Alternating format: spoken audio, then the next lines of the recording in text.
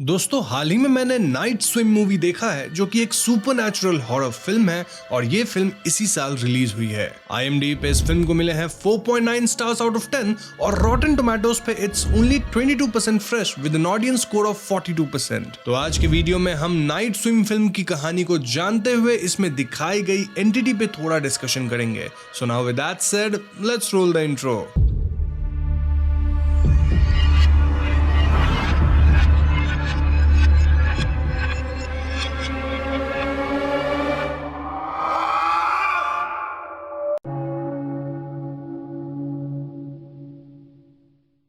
तो फिल्म की कहानी 1992 में शुरू होती है जहां हम रेबेका नाम की एक बच्ची को अपने घर में देखते हैं। इस घर के ही कंपाउंड में एक पूल था और रेबेका नोटिस करती है कि उसके भाई का एक टॉय बोट इस पूल में गिरा हुआ था। रेबेका का भाई टर्मिनली इल था और इसीलिए रेबेका खुद इस बोट को पूल से निकालने की कोशिश करती है, लेकिन अचानक से रेबेका पूल में गिर जाती है और हम भी उसको ऐसा लगता है मानो कोई रेबेका को पानी में नीचे खींच रहा हो। एक बार को तो रेबेका अपनी माँ को भी पूल साइड में पानी के अंदर से देख पाती है, लेकिन पानी से ऊपर आने पे रेबेका को वहां कोई नहीं दिखती। फिर एकदम से वापस रेबेका पानी में डूबने लगती है एंड देन वहां पूल की लाइट्स फ्लिकर भी करती है। In the end Rebecca pool में डूबकर मारी जाती है और हम उसके शरीर तक को पूल में नहीं देख पाते, मानो रेबेका एकदम से गायब हो गई हो। यहाँ से कहानी प्रेजेंट टाइम में आती है जहां हम वॉलो फैमिली से मिल पाते हैं। इस परिवार में हस्बैंड का नाम रे है, वाइफ का नाम ईव और इनके दो बच्चे हैं जिनका नाम है इजी और इलियट। रे एक नामी बेसबॉल प्लेयर हुआ करता था, लेकिन उसे मल्टीपल स्क्लेरोसिस हो गया है। बेसिकली एक ऐसी बीमारी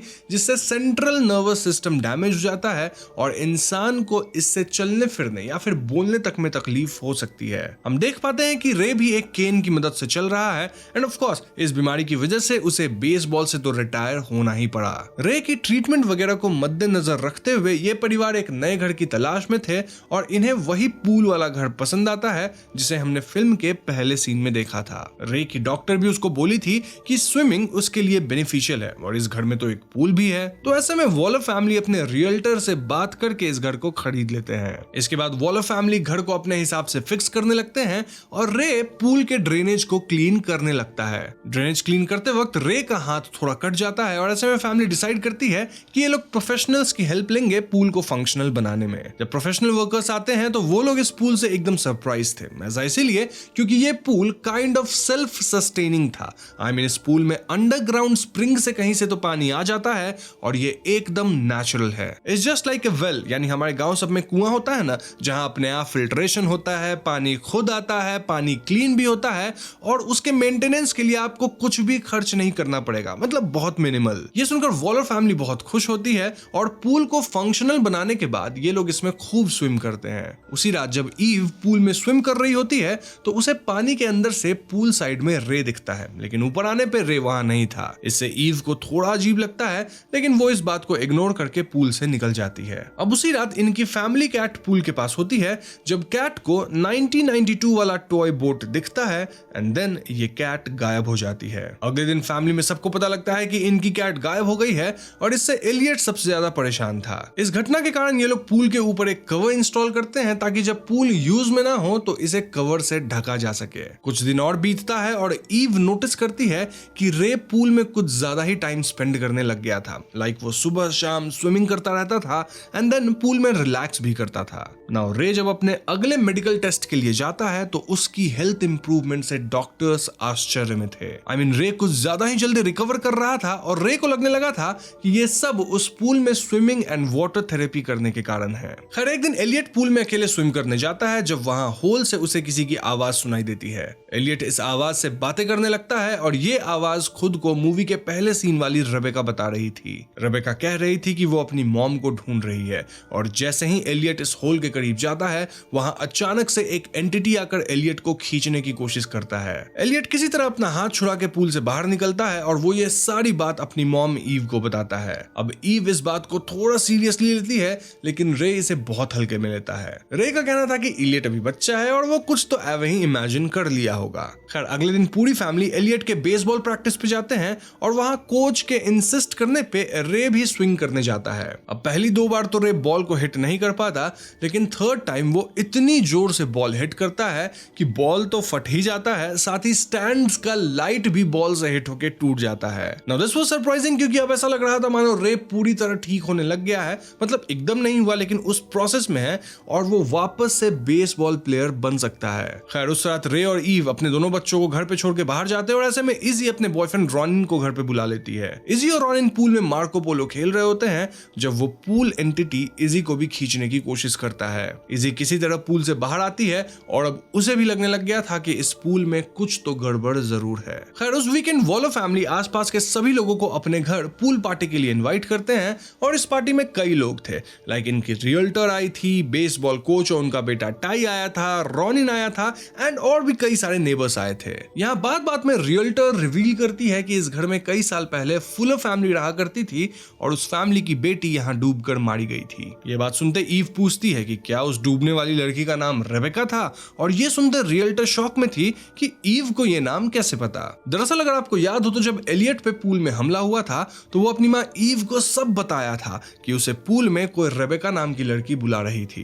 तो यही बात ईव को याद थी। खैर इस बात को सुन के ईव का शक और बढ़ जाता है और वही पैरेलल में रे कोच के बेटे टाई के साथ पूल में खेल रहा होता है। तभी अचानक से रे डूबने लग जाता है और टाई उसके कंधे पे था, यानी कि वो टाई को पकड़ के अननोइंगली उसे भी डुबाने लग गया था। ऐसे में कोच और बाकी लोग पूल में कूद के रे और टाई दोनों को बचाते हैं। टाई के माता पिता एकदम आग बबूला थे क्योंकि उन्हें लग रहा था कि रे ही टाई को डुबा रहा था, लेकिन ईव उन्हें समझाती है कि ये सब रे की बीमारी की वजह से हुआ होगा, इनफैक्ट रे खुद भी तो डूब ही रहा था ना। इस घटना से परेशान होकर ईव एकदम डिसाइड करती है कि वो यहाँ नहीं रहेगी और वो पूरे परिवार के साथ यहाँ से निकलने की सोचती है। लेकिन जैसे ही ये लोग गाड़ी गराज से निकालते हैं, रे एकदम से चोक करने लगता है और हम उसके नेक पे ब्लैक वेन्स देख पाते हैं। ऐसा लग रहा था मानो उसके शरीर में किसी तरह का ब्लैक वाटर यानी काला पानी घुस गया है और ये कोई असाधारण शक्ति है जो इस परिवार को यहाँ से बाहर जाने से रोक रही हो। अगर रे बाहर जाएगा तो इस ब्लैक वाटर पे चोक करने लग जाएगा। तो ऐसे में इन्हें घर में ही वापस आना पड़ता है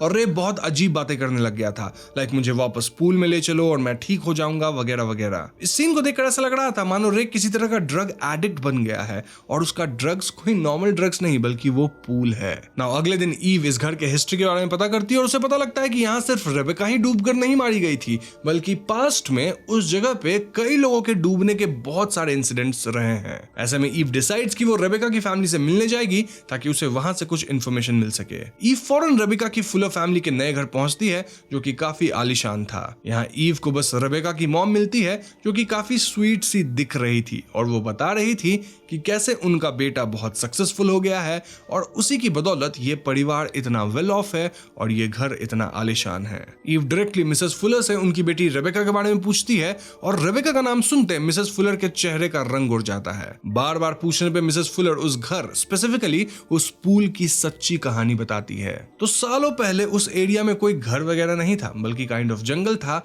और एक हीलिंग स्प्रिंग हुआ करता था। स्प्रिंग बोले तो वाटर बॉडी। ये एक ऐसा स्प्रिंग था जहां आप सिक्का फेंक के अपना विश मांग सकते हैं और आपकी विश पूरी हो जाएगी। उस समय लोग शायद स्प्रिंग की पूजा भी करते थे क्योंकि ये स्प्रिंग लिटरली उनकी विशेस पूरी कर रहा था। लेकिन स्प्रिंग की अपनी भी एक विश थी। बेसिकली जब भी यहाँ का पानी जागेगा तो उसे एक जिंदगी चाहिए। जी हाँ, ये विशेस फ्री में नहीं मिल रही थी बल्कि इन विशेस के बदले ये स्प्रिंग लोगों की जिंदगी भी ले रहा था। अब अगर आप व्यूअर्स को याद हो तो फिल्म के स्टार्टिंग में मिसेस फुलर का बेटा यानी रेबेका का भाई टर्मिनली इल था, तो अब वो इतना सक्सेसफुल कैसे हो गया है? इनफैक्ट वो काफी हेल्दी भी है। वेल मिसेस फुलर बताती हैं कि उनका बेटा टॉमी इसी पूल की वजह से ठीक हुआ, लेकिन बदले में पूल ने रेबेका की जान ली। इनफैक्ट मिसेस फुलर खुद इस पूल से पजेस थी और वो पूल की मदद करी थी रेबेका यानी अपनी बेटी को मारने में। हम देख पाते हैं कि मिसेस फुलर की आंखों से काला पानी निकलने लग गया था और वो एकदम से बीमार दिखने लग गई थी। ऐसा लग रहा था मानो आज भी मिसेस फुलर उस पूल की एंटिटी द्वारा पजेस्ड है। मिसेस फुलर को इस हालत में देख ईव वहां से निकलती है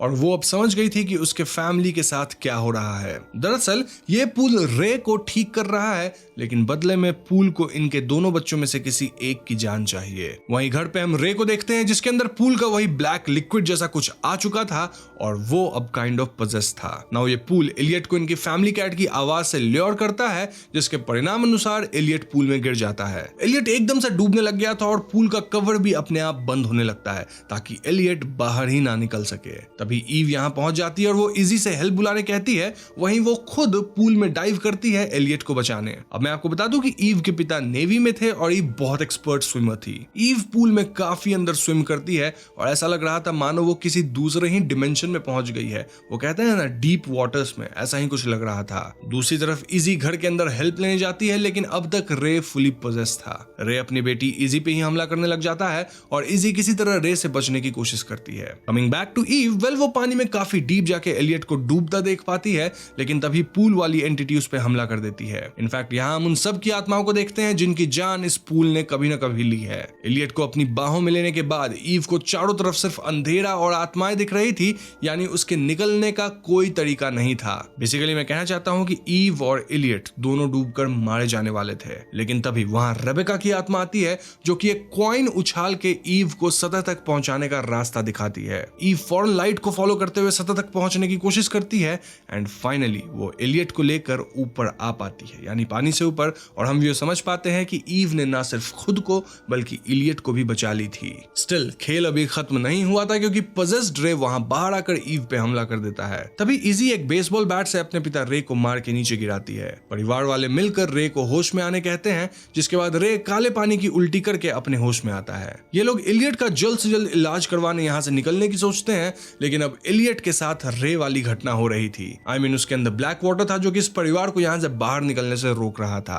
ऐसे में एलियट की हालत गंभीर हो सकती थी और इसीलिए रे खुद पूल में जाके खुद को सैक्रिफाइस करता है, क्योंकि एसेंशियली पूल को बस एक लाइफ चाहिए थी। तो रे जब अपना लाइफ सैक्रिफाइस किया, यानी वो पूल में गया, तो हम देख पाते हैं कि पूल का पानी काला हो जाता है, डिपिक्टिंग कि पूल ने रे को कंज्यूम कर लिया है। और इसके ठीक बाद एलियट ठीक हो जाता है। इनफैक्ट पूल भी थोड़ी देर में नॉर्मल हो चुका था। यहाँ से कहानी कुछ दिन बाद की दिखाई जाती है, जहाँ वॉलर फैमिली में सिर्फ ईव और उसके दोनों बच्चे यानी इजी और एलियट बचे हैं। ईव सोचती है कि वो इस घर को बेच देगी, लेकिन एलियट का कहना था कि अगर वो लोग इस जगह को छोड़े तो ये पूल फिर से किसी फैमिली को अपना शिकार बनाएगी। इसलिए वॉलर फैमिली डिसाइड करती है कि वो यहाँ रहेंगे और ईव इस पूल को सीमेंट वगैरह से परमानेंटली ढकवा देती है। यहीं पे नाइट स्विम मूवी खत्म हो जाती है। दोस्तों ये थी फिल्म की कहानी और अब हम और आप मिलकर इस फिल्म में दिखने वाले पूल और उससे जुड़ी एंटिटी पे बात करेंगे। तो फिल्म में हमें इस जगह की एक बैक हिस्ट्री दिखाई गई है, जिसके हिसाब से उस जगह पे पहले एक वाटर बॉडी थी। वो वाटर बॉडी या स्प्रिंग एक विशिंग वेल की तरह थी,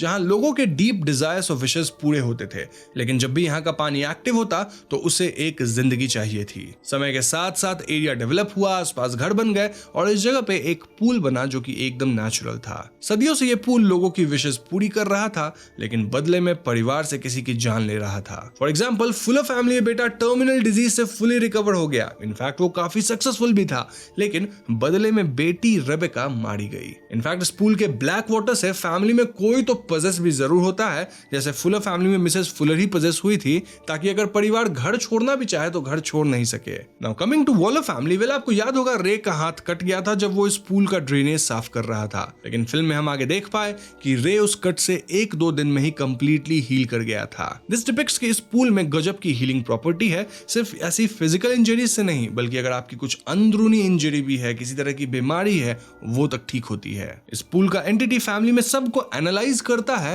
एंड देन जो सबसे डेस्परेट होता है अपने किसी डिजायर को लेकर, उसे टारगेट करके उसकी विश पूरी करता है। वहीं परिवार में कोई और मारा जाएगा इस पूल में डूबकर। यह एंटिटी अपने पुराने विक्टिम की भी आवाज निकाल सकता है, लाइक रेबेका की आवाज निकाला था, कैट की आवाज इत्यादि। इस फिल्म को देखकर मुझे थोड़ी ऑक्यूलस फिल्म की याद आती है, जहां वो मिरर भी आपको आपकी डीपेस्ट डिजायर फुलफिल होते हुए दिखाएगा एंड देन सबकी जान ले लेगा। डिफरेंस ये है कि ये पूल वाकई में आपकी विशेस पूरी करता है और सिर्फ एक जान लेता है, यूजुअली फैमिली से, और जान भी तब लेगा जब वाटर एक्टिव होगा। लेकिन ऑक्यूलस वाला मिरर तो सबको ही मार देता था, हमेशा मारते रहता था और विशेस पूरी भी नहीं करता था, बस पूरी होते हुए दिखाता था। ओवरऑल मुझे फिल्म का कॉन्सेप्ट सही लगा, लेकिन यहाँ एग्जीक्यूशन वीक है। अगेन मैं ऑक्यूलस का एग्जांपल लूंगा, जहां एग्जीक्यूशन भी बहुत अच्छा था, लेकिन यहाँ एग्जीक्यूशन थोड़ी सी वीक पड़ जाती है। अब आप मुझे कमेंट्स में बताइएगा कि आपको इस फिल्म की कहानी कैसी लगी। वीडियो पसंद आई हो तो इसे लाइक और शेयर कीजिएगा, और अगर आप चैनल पे नए हैं तो हमें सब्सक्राइब भी कीजिएगा, क्योंकि हम अपने चैनल पे ऐसे वीडियोस लाते रहते हैं। पीस।